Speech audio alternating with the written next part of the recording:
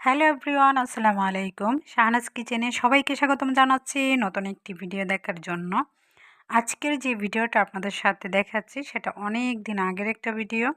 বাবার বাড়িতে যাওয়ার পরে 100 জনের জন্য বিরিয়ানি রান্না করেছিলাম। বিউটি টিপসে ভিডিওটা দেওয়া আছে, তারপরেও আমার শাহনাজ কিচেন চ্যানেলটাকে আপলোড করলাম।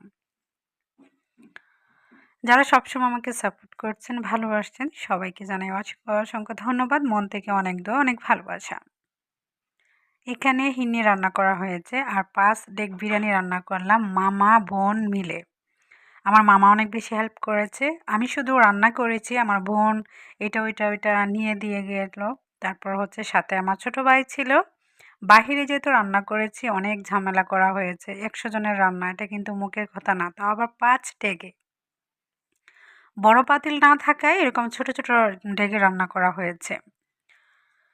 এই যে ড্যাগ উল্টিয়ে ঢাকনা উঠিয়ে আপনাদেরকে দেখাচ্ছি। আমি নিজের হাতে রান্না করেছি। আমার মামা হচ্ছে জাল ধরিয়ে দিয়েছে। আমি যেহেতু লাকড়ি দিয়ে বেশি রান্না করতে পারি না, লাকড়ি রান্নাটা আমার অনেক বেশি ঝামেলা মনে হয়।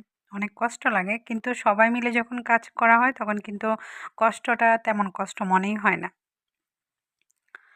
এই যে আমার মায়ের হাতের হিন্নি, এই সাবু দিয়ে হিন্নিটা রান্না করতে আমিও পারি, তবে আমার মায়ের হাতেরটা অনেক বেশি মজা হয়।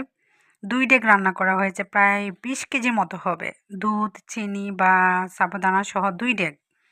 আর বেশি হবে, 20 কেজির উপরে হবে, বড় বড় ডেক দিয়ে রান্না করে। আর এগুলি তো অনেক ভারী হয়। আমি অনুমানে আপনাদেরকে বলে দিয়েছি। তারপর হচ্ছে বিরিয়ানি রান্না করার পর ভিডিওটা করেছি। আর বিরিয়ানি যখন রান্না করা হয়েছিল তখন কিন্তু বিউটি টিপসে আমি লাইভে দেখিয়েছিলাম, 31,000 প্লাস মানুষে দেখেছে।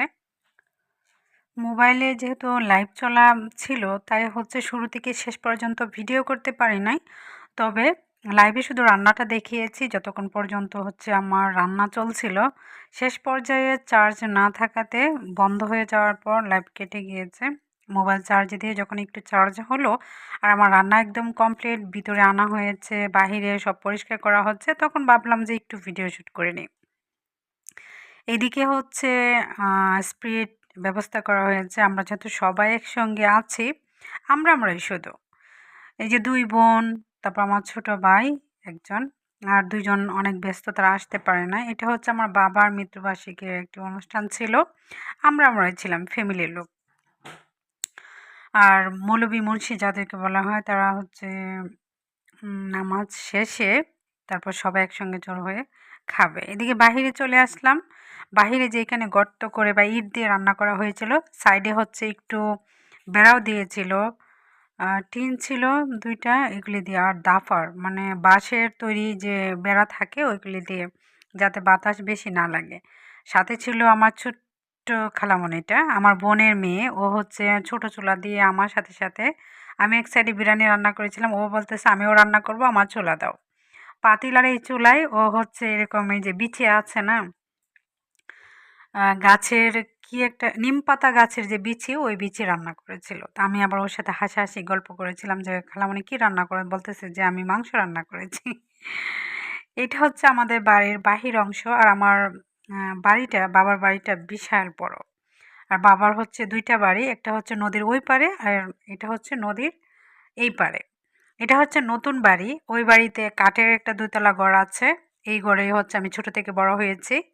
এখানে 2 তলা নেই, তবে 2 তলা আরও 2 টা জায়গায় আমাদের বাসা আছে। এটা হচ্ছে বাজারে, নেমতপুর বাজারে আছে 2 তলা একটা 5 রুম বিশিষ্ট আলাদা। আর হচ্ছে এলমজুরি বাজারে আছে আরেকটা 2 তলা, আবার আলাদা রুমও আছে। এখানে নতুন বাড়িতে 5 টা রুম বিশিষ্ট একটি ঘর আছে। এই ঘরটা অনেক আগেই করা হয়েছে, 10-12 বছর আগে 11 লাখ টাকাতে এই ঘরটা করা হয়েছিল। তো একটা রুম, সোফার রুমটা, এটা হচ্ছে সোফার রুম। কেউ গেলে বিশেষ আত্মীয় যারা, এরা হচ্ছে এখানে বসে গল্প করে বা থাকার ব্যবস্থাও আছে।